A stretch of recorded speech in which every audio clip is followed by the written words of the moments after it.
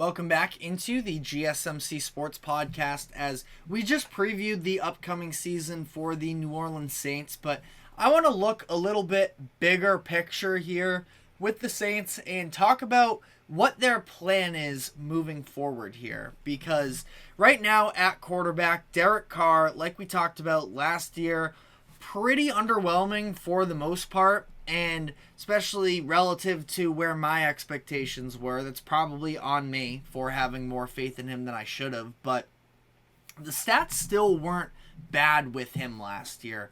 3,800 yards. He ended up throwing, 25 touchdowns and just 8 interceptions. That's not a bad mark. Also, 68% completion percentage, significantly up from his final season in Vegas in 2022, where he was just under 61%. So, a significant upgrade there, or increase, I should say, specifically for Derek Carr. And they lose Michael Thomas, but again, I think that it's interesting wide receiver pieces that they have. Chris Olave's a real number one. Outside of that, definitely a lot more question marks, but some players that can burn a little bit if you get the ball in their hands. They got some athletes for sure. So I'm definitely intrigued. Their offensive line, again, like I talked about, very curious how that the tackle possessions end up working out for them with Fuaga in his rookie season and Trevor Penning, who I think can be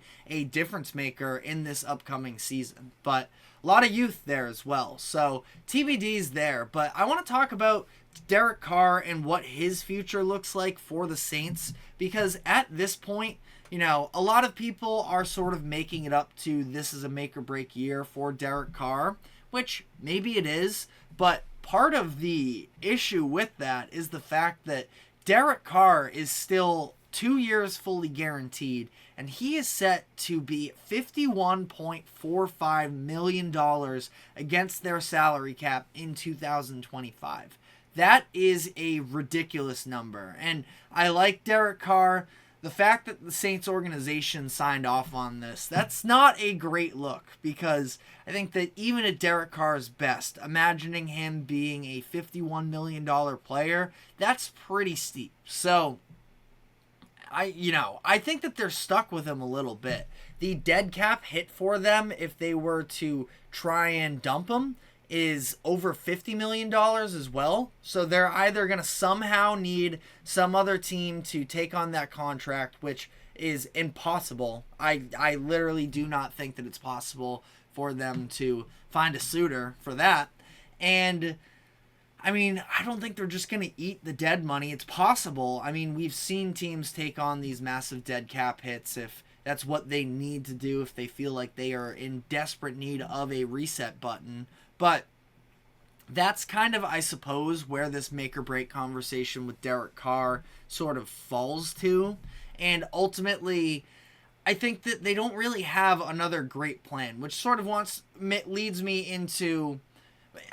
even before I go down the Spencer Rattler route, I just want to talk about, Derek Carr is extremely expensive, but he's not the only one on this Saints roster that's going to be making their big-time money. Because as things currently stand, Ryan Ramczyk, Alvin Kamara, and Cameron Jordan are all set to make over $20 million against the cap next season and don't have any outs in their deal. So that money is on the books right now, is probably going to be on the books when the next season kicks in anyways. And, they're all good players for sure, but the fact that Alvin Kamara is going to be a $29 million hit against the cap, that's pretty tough for them to stomach and be able to overcome. I like Kamara. Maybe that's a deal where they can get somebody to take on at least some of it, but again, almost $30 million for Alvin Kamara,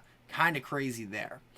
Marshawn Lattimore, another one of their top players, but he's going to be over $31 million against the cap for the Saints in 2025 as well.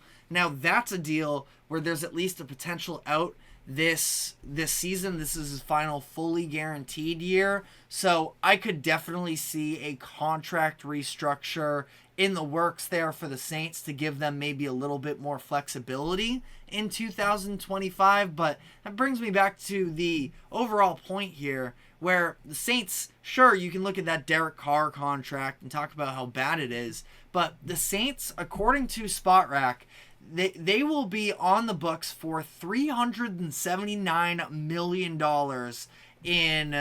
in money given out for next season. That's what they have on the books. That is significantly the most spending in the league. And that's part of why we saw maybe a little bit of a quieter spending free agency for the Saints this offseason. It's because of the fact that they don't have that much money to operate with. Like for 2025, they're currently supposed to be $105 million over the salary cap. Now, again, they were able to sort of maneuver a little bit in this past year, actually 20th in total spending according to SpotRack. So we're able to make some moves, and it's definitely still possible, but they're going to have to stay digging a little bit, I feel like, the Saints, for finding value elsewhere, because 2025 is going to be another very expensive year for them, and they're going to have to try and find a way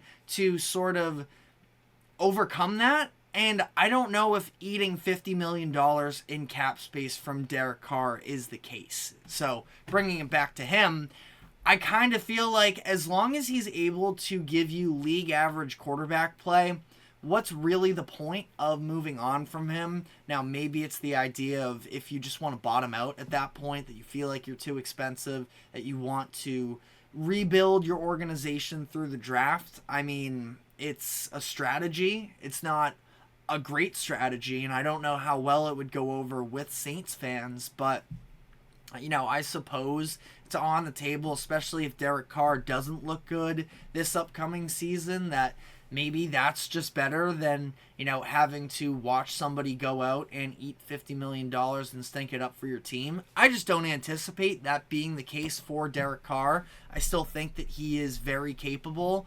And ultimately, we'll see how this plays out for him. But their current backup plan is Spencer Rattler, who, as I sort of alluded to earlier, is the rookie that they drafted in the 5th round this past year. Speaking of the, financial situation and everything, definitely didn't help them that, and I just talked about the idea of building through the draft. The Saints went over 100 consecutive picks this past year without taking anybody. It was Kool-Aid McKinstry at 141. They didn't pick again until the 5th round when they got Spencer Rattler 150th. So, a lot of ways that you can overcome those financial issues are by adding cheap rookie contracts onto the books. It's not really the strategy the Saints went with. Now, they had 3 picks in the 5th round, and they selected in the 6th and 7th. So, they have rookie contracts on the books. It's just, I don't know how much hope you necessarily have that those are going to be contributing players for the Saints this upcoming season, or, anytime soon. But Spencer Rattler is somebody who, coming out of high school, was one of the top recruits in the country, and a lot of people had high hopes for, but ultimately it just never panned out for Rattler. And I'm not anticipating that he is going to find himself once again during this upcoming season, or really, I just don't know if there's any chance that he is able to sort of come back onto the map, because of the fact that, some of the personality stuff, I don't know how much to buy into it at this point, because he looked like a jerk in that show that came out on Netflix, QB1, I believe it was called, of him in high school. Yeah, he was definitely, a little spoiled kid at the time, but also now at this point, how much longer can you hold that on to? That was 5-6 years ago. So who knows there? I think he's very erratic as a football player, and we saw, the fact that he had a fumble, in last weekend's game against the 49ers, allowed himself to get stripped on a sack. That's never a good thing, obviously. I don't know how much stock I'd be putting into him. I think that it's probably the ship has sailed. Maybe if the Saints are desperate, that they could sort of try and talk themselves into it. If Derek Carr is struggling down the stretch of this season or next, we could maybe get some more tape on Spencer Rattler. And I guarantee if he has a couple big plays, some fans are going to be back in on him. I just don't know if that is a very good succession plan. I don't think that bodes well for the overall level of play that you're going to have. I'm sort of fully out on Spencer Rattler, but, again, maybe you feel differently in the comments section. I just feel like this is kind of Derek Carr's team for the next 2 years, ultimately, whether it's super exciting or not, just with the money that's tied into him. I think he's fine. And I do think that there are a number of areas on this roster that they could continue to improve on. I think getting another standout wide receiver or tight end or just receiving option for whoever your next quarterback ends up being is. I anticipate this probably being the Saints. I mean, who knows? They could maybe follow in a similar path to the Falcons from this past season, where you feel like you're a good, not great roster, that maybe you just throw money at the quarterback position for whoever's available in 2000. Again, they wouldn't even have the money to do so in 2025. I can do a quick look here at what the books looks like them for in 2026. At that point, though, so many different contract restructures and such that at that point it looks like the Saints are going to be, according to SpotRack and how they currently have things, they'll be third in spending in 2026, but that's also including $61 million for Derek Carr that I have to imagine is not going to be on the books at that point, and that's just sort of the top name that comes up, and an example of why it can be hard to project multiple years out in the NFL because it's not fully guaranteed contracts. So we'll end up seeing how it works out, but I think that this is going to be a team that eventually looks through the draft to be able to find the replacement. Again, I don't know if they're going to have the financials in place to be able to go and throw money at. I don't even know who would be a free agent ahead of 2025, or ahead of 2026, because 25, sure, maybe you get a Dak in there, but there's no way the Saints are going to have enough money at that point to be able to pay him big. So this feels like a team in the draft, either 2025 or 2026. They're going to be hoping to, find somebody there.